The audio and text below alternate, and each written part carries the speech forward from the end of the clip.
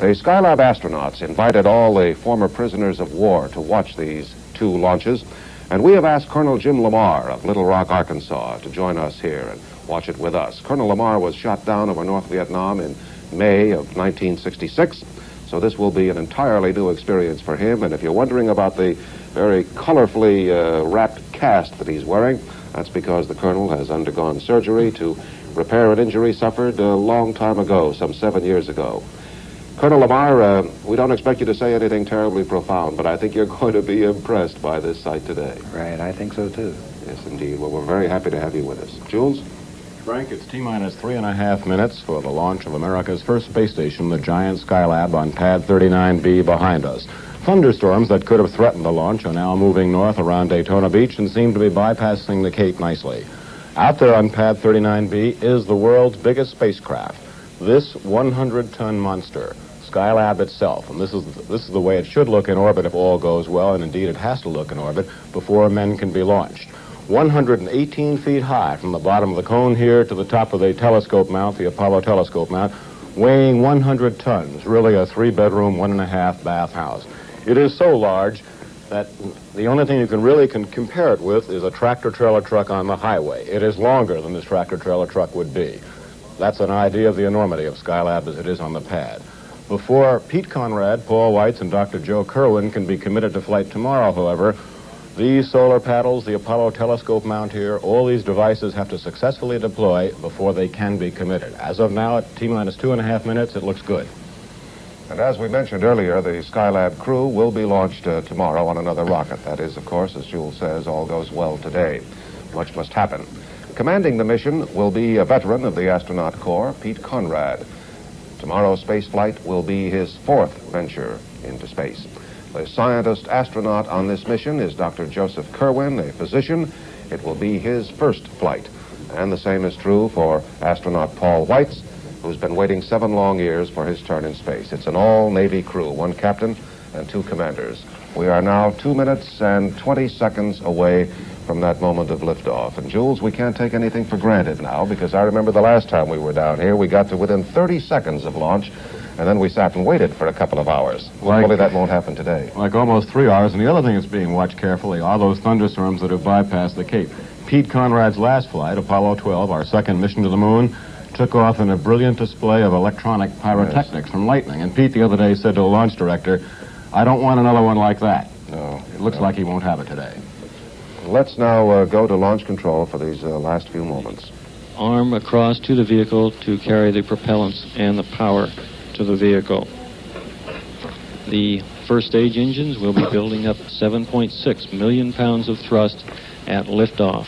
Liftoff will follow an ignition at 8.9 seconds. We just passed the 90-second mark in the countdown. At 8.9 seconds in the count, we'll expect to get an engine sequence start on the 5 first-stage engines of the Saturn V. They'll build up thrust. That thrust will be monitored. The vehicle will be held down for the full 8.9 seconds, and we'll expect to get liftoff right at T0.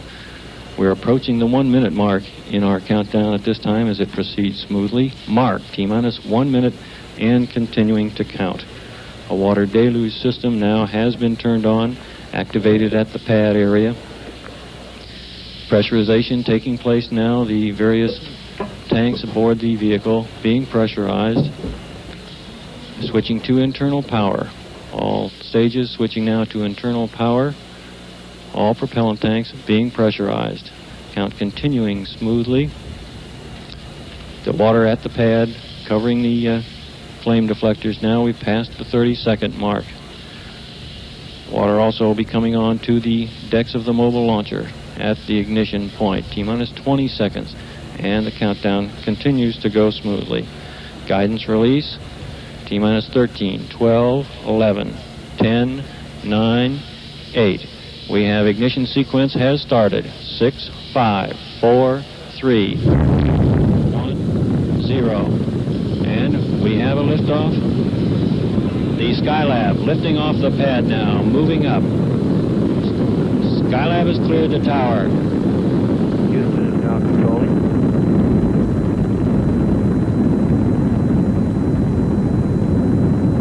Mark Mark 18 seconds, pitch and roll program started. Saturn now maneuvering to its proper flight path attitude.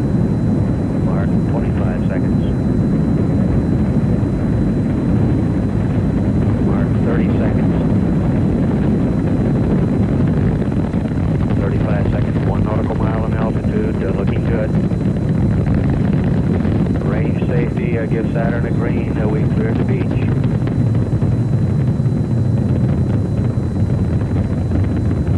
Mark 50 seconds, 2.5 nautical miles in altitude. Ground display data shows good stable thrust on all 5 engines. Coming up now in 1 minute. Mark 1 minute. 1 minute 5 seconds, 4 nautical miles in altitude. Coming up now and create a maximum aerodynamic pressure on the vehicle. 1 minute 10 seconds. Roll program complete. Pitch profile still in progress.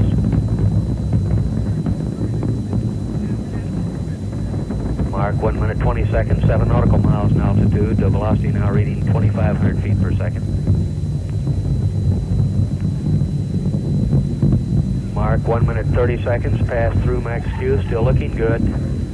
Saturn now at 11 nautical miles in altitude, 5 nautical Colonel miles Lamar? in range, velocity now reading 3,300. I'm always overwhelmed by that, even by the fact that there weren't any men on board today. That makes it kind of different 1 minute, from what we've seen in the 45 past. But that's the seconds first time you've seen one of those big babies go. That's right. That's got to be the most awe-inspiring sight I've ever seen in my life.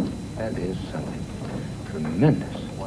Do you believe men went to the moon, Jim? Yes, I believe it. I sure do. But I sure would like to have been here to see it. Yeah. Golly. You missed the whole bit, didn't you? Yes, I did. You didn't learn about our landing on the moon until months later. Well, about 5 months later, that's right. And I learned about it in a kind of a peculiar way, but it was a real thrill when I did. Well, I hope that we have even better weather tomorrow for you so that you can see that thing arc up there. It kind of was lost in the clouds today.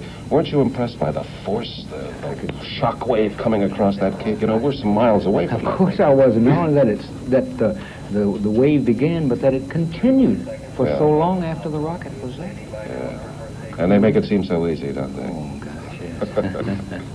Just like child's play, but just think of the amount of work that went into it. Oh, yeah, that's what's so overwhelming. Colonel, you're going to go back to flying, too, Yes, aren't you? sir, you bet I am. Can't wait to get back in the air.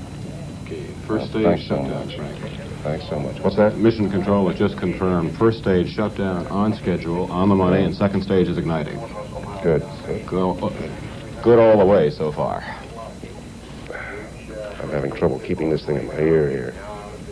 And the Saturn V, with that 100-ton Skylab on it, is now about 50 miles downrange, climbing through around 50 miles altitude, and all looking good so far.